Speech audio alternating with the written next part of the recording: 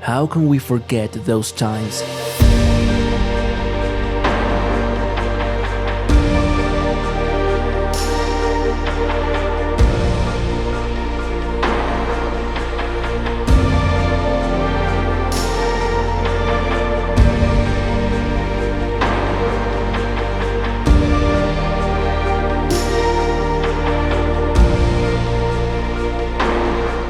The Last Airbender was a series that accompanied many in their childhood.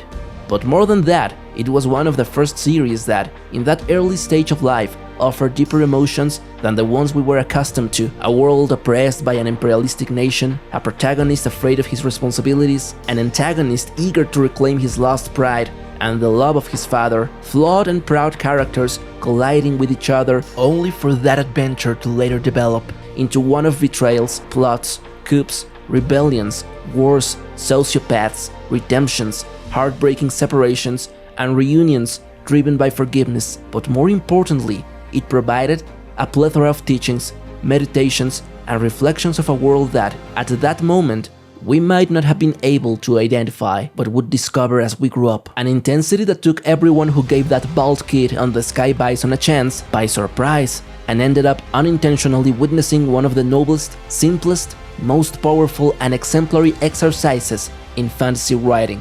We do not return to The Last Airbender out of nostalgia, we return to it because it is always relevant. It is an excellently crafted story, with endearing characters due to their depth, pain, the satisfaction of watching them overcoming that pain, and the nobility of the messages behind it. They are comforting ethical examples, exceptionally well written.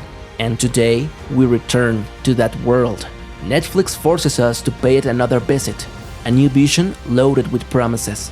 Its live action, announced what seemed like at least half a decade ago, has arrived to our screens, with the obligation to be the best live action adaptation with a production level that we could only dream of with HBO at the time. The world of Avatar comes to life again. However, shells can be deceiving, and behind one as shiny as this, there may be an unpleasant surprise.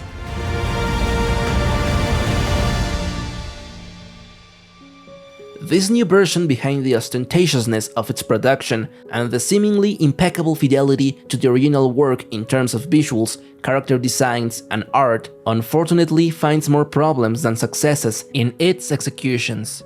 Many of them of a technical nature, many related to the way they condense events, others ironically due to that need for gratuitous fidelity.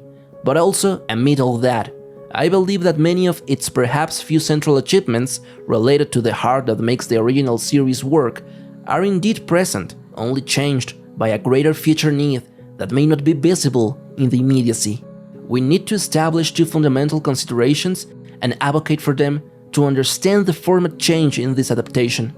The first is that when choosing a structure of 8 episodes of approximately 1 hour, which is the current television standard, replacing the 22 episodes of 20 minutes from the animated work, things undoubtedly have to change, be suppressed, or condensed. Even if it is considered the same raw length time, the 20-minute episodes have an arc with a beginning, development, and ending in those 20 minutes, as well as a pacing established by content covering 20 minutes. Whereas the structure of an hour-long episode cannot simply adapt all those small arcs and expect them to work in a narrative continuity thread, or more importantly, in an individual structure for the long episode, so they have to be lengthened, combined, adapted, or simply suppressed due to the structure of the episodes and the pacing and hooks between them. That is the first consideration we have to understand when judging the season's execution. However, there is a second consideration that adds to these reasons, perhaps even more important. The first season of The Last Airbender is the most challenging to adapt of the three, and more so to this format of long episodes. You see, the second and third seasons have a much clearer continuity thread. They are long arcs divided into episodes, or if the episodes are self-contained, the progress towards a destination is noticeable. Reaching Ba Sing Se, finding Appa, talking to the Earth King, stopping Long Feng's conspiracy, and Azula's coup, episodes that link together in a linear fashion. The same goes for most long arcs in Season 3, especially in the second halves of both seasons. It is content with a much easier unit to adapt to a different structure. Book 1, however, is almost entirely made up of self-contained adventures. Yes, the subplots and characters contribute to a continuous thread that develops until its eventual climatic collision in the siege of the Northern Water Tribe, but all the mini-arcs of the episodes are self-contained stories deviating from a supposed main objective that under no circumstance should be confused with filler, because these stories develop the character of absolutely everyone or develop their past and dimension, as well as the chemistry and relationship between them. And precisely, the Netflix adaptation faces the challenge of choosing which less important piece to delete based on its pacing and modern structure. Almost all independent stories serve a purpose, and deleting their content is a considerable loss. For example, the episode of The Deserter, the water-bending scroll, or an entire episode dedicated to what happened in the Southern Air Temple. Episodes that were lost in the adaptation, in which relationships, developments, seeds, and important executions for the big picture's future take place. This is not to say that what Netflix did was the only way to adapt the changes, no, but to establish that the changes are indisputable for the format.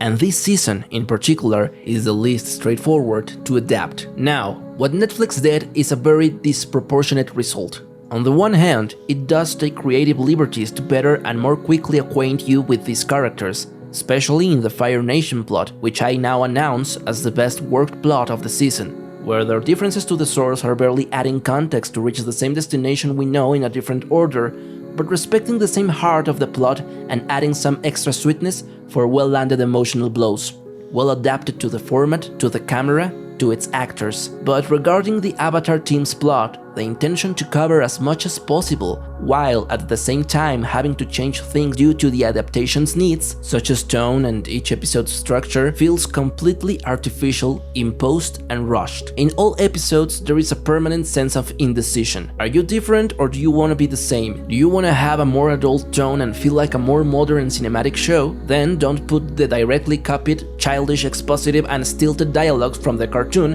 when delivered by a real actor in a proposal that should be more cinematic, nuanced, and work differently. You introduce a world that tonally feels raw, violent, and where the emphasis on oppression and violence escalates a couple of steps in the war treatment and its consequences.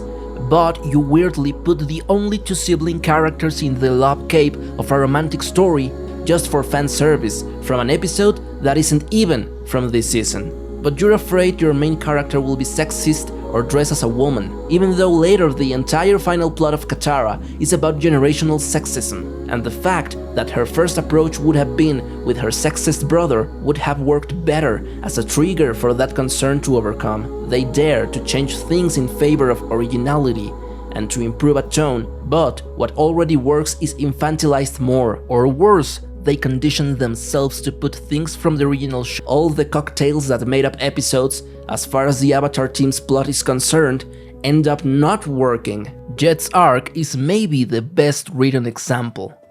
But you cannot be sure, because the same arc has Boomies, the Machinist one, the Secret Tunnels, and the Earth Kingdom oppressions. That episode was working very well with Jet and the Machinist, but by adding the unnecessary and even hindering subplot of the Lover's Tunnel, it becomes an artificial cocktail that is noticeable in wanting to do a fan service, whether it makes sense or not, and with completely gratuitous conclusions to the episode's expectations. The same happens, although to a lesser extent, with the Forest of Spirits plot, where they combine Roku's and the Blue Spirit subplot.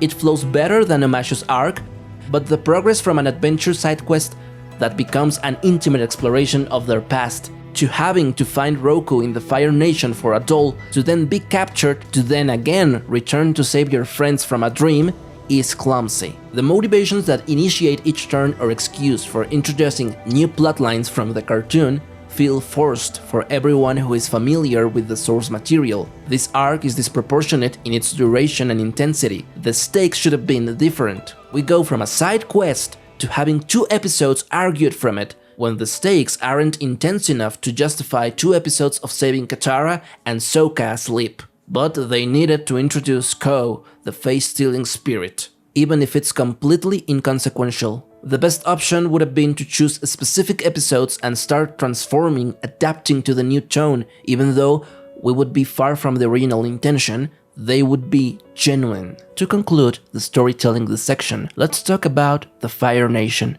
The best part and achievement of this adaptation. Zuko and Iroh are well grounded. The adaptation decides to reveal the core of their father-son relationship this season, both having lost what they most cherished, finding solace in each other. One seeks the father he lost, and the other seeks the son he lost. Especially during the Omashu arc, we understand their dynamic in an elegant way. The flashback may seem like more fan service, especially because that melody plays, the one that made us all cry in childhood, Leaps from the Vine. However, it's in the execution that its magic and elegance resides.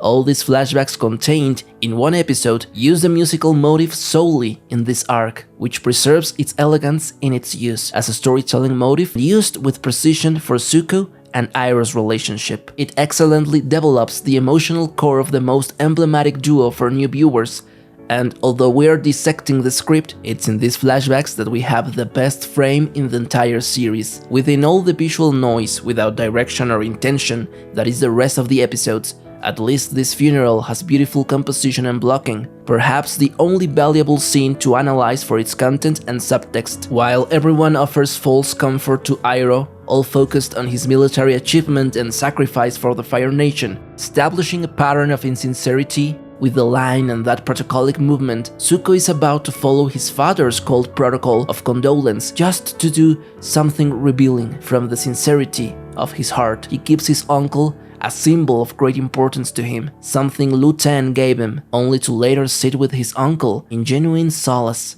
And the camera uses the forces of composition to show what Zuko means to his uncle without saying a word. Zuko is the consolation for Lu Ten's absence. In that cruel and politic-centered family, the two figures framing Iroh like pillars, the later payoff of the scene being the one where his uncle accompanies him in exile, not saying it up front, coming as a friend in a true caring act, rebelling against all his previous life political pursuits. Home, the great Fire Nation, means nothing anymore. While this isn't an original idea, it's what everyone knows, this execution is new and powerful. More than a simple fan service, it's a way of using known elements to move the audience with new execution proposals. This doesn't mean we won't get Leaps from the Vine in Season 2. Lu Ten has been mentioned since Season 1 in the original, as here, and honestly, I don't blame them for investing that emotionality in the characters this early because, as I said, the first season is difficult to delve into. As for Azula and Ozai, it seems like a necessary evil to have all the characters well presented from now on. The cartoon had its ways and methods for keeping Ozai in the shadows, and it works for the cartoon. But here, having the entire political board of the world unfolded from now on, especially that of the antagonist side, given the tone they are taking with the series, it's a good addition to facilitate adaptation. This entire plot has a correct development. There is a lot of freedom since these two characters are practically original for this season, but their scenes lead them to where we already know them. They don't change Azula, they only establish her to be the perfectionist sociopath we have in Season 2, in which we don't expressly know her relationship with her father. Now they add that layer of motivation, and by the trick that she influences Shao, they give significance to her existence so early, and relieve Shao's authority compared to hers, making him a more pathetic character than before, but it works in the series' grand composition. The storytelling conclusion is that the series is quite sufficient. It hits the important emotional pillars and the main character's developments. Still, its structural decisions are very poor and indecisive, especially harming the main trio, which has much less chemistry and development as a group than in the original work. Now let's get into the technical visual aspect. Very quickly you realize that this beautiful shell is rotten, and it's curious because the VFX in this series are not even close to being bad. They are excellent, the best of the best on TV. The production is impeccable and relentless with its deployment of computer-generated images, CGI, the models of animals, simulations of elements, the cities, everything is top quality, a stretch beyond TV standards. But then why does it look so ugly, so fake, so artificial? We found the answer in something called composition. The Last Airbender has a problem that has plagued the audiovisual entertainment industry for the last 5 years, and it's the problem of texture. Where did the texture go? Productions that increasingly rely on digital can no longer hide the artifice of their creation, and nothing feels real, tangible.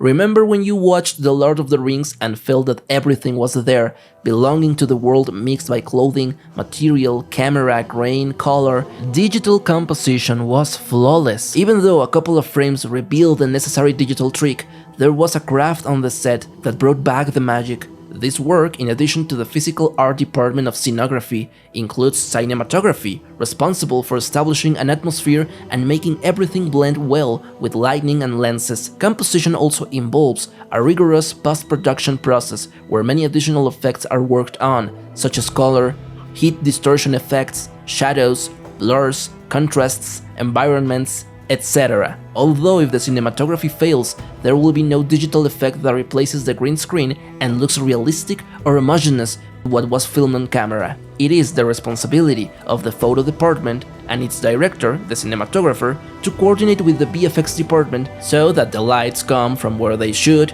lenses have the desired effect, intensities of color and light are correct, and everything to integrate well in the final composition. In The Last Airbender, this work is deficient all the time, no matter the quality of its digital environments, when the on-set and post-production composition is so terrible. It is a composition problem. There are scenes where hard lights are hitting the characters from a certain direction, and what illuminates the actor is a dim light that has nothing to do with the visible light source, revealing the green screen. The actors are illuminated without silhouettes, without volume. The lenses always blur the background, making an unnatural distance between characters and environments. Daytime scenes have studio-like light, as if it were a newscast, and nighttime scenes have absolutely no light. The filming processes for these two scenes should be practically the same. However, one is well lit and the other is not. One doesn't bother you because it seems right to the eye, while the other is uncomfortable to watch. In addition to this problem of the lack of character and intention of the light, sets, costumes, and even the hairstyle look fake because everything succumbs to the clean and generalized aesthetic. That's on the side of composition and the general artificiality that the series has, but we must also mention the costumes. The extreme fidelity to the original material unfortunately results in laughable outcomes like this. It looks like a Comic-Con cosplay. There are characters that don't fit the original characterization because the design doesn't match the camera's verisimilitude or the actor's proportions. Giant wigs, poorly fitted costumes, all in the pursuit of a blindly pleasing fidelity. Difficult to watch and even harder to take seriously, even if the characters work. Another issue is the direction itself. This series seems to be an illustrative job, not a propositional job, except for 2 or 3 exceptions. The only visible intention behind camera and editing choices is to illustrate actions. The action is very close all the time. The movement is almost non-existent in all action and non-action scenes. Shots that aim to evoke emotion through movement are extremely rare. I could list them here. Rise and fight, Prince Zuko, so you can learn some respect.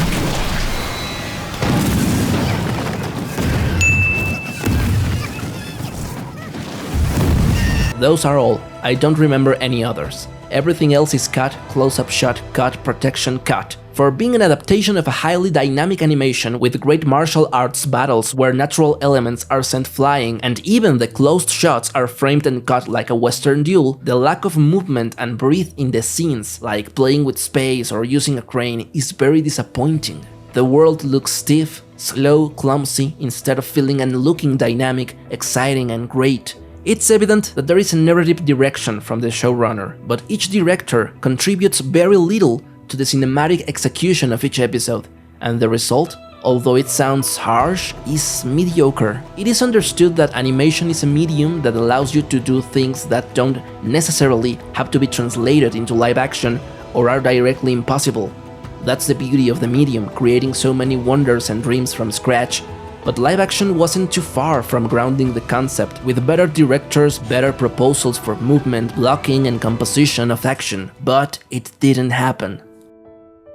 With so many mistakes, we could say it's a complete failure, but honestly, I believe it has enough successes and understanding of the most important aspects of its characters and future directions. It establishes a first entry that, while mediocre, is sufficient for illustration and at least solid enough to develop valuable seasons 2 and 3.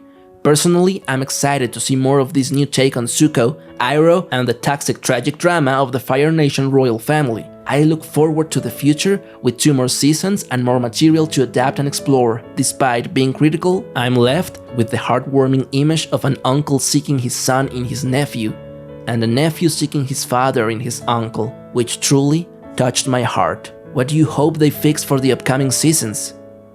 Let me know in the comments.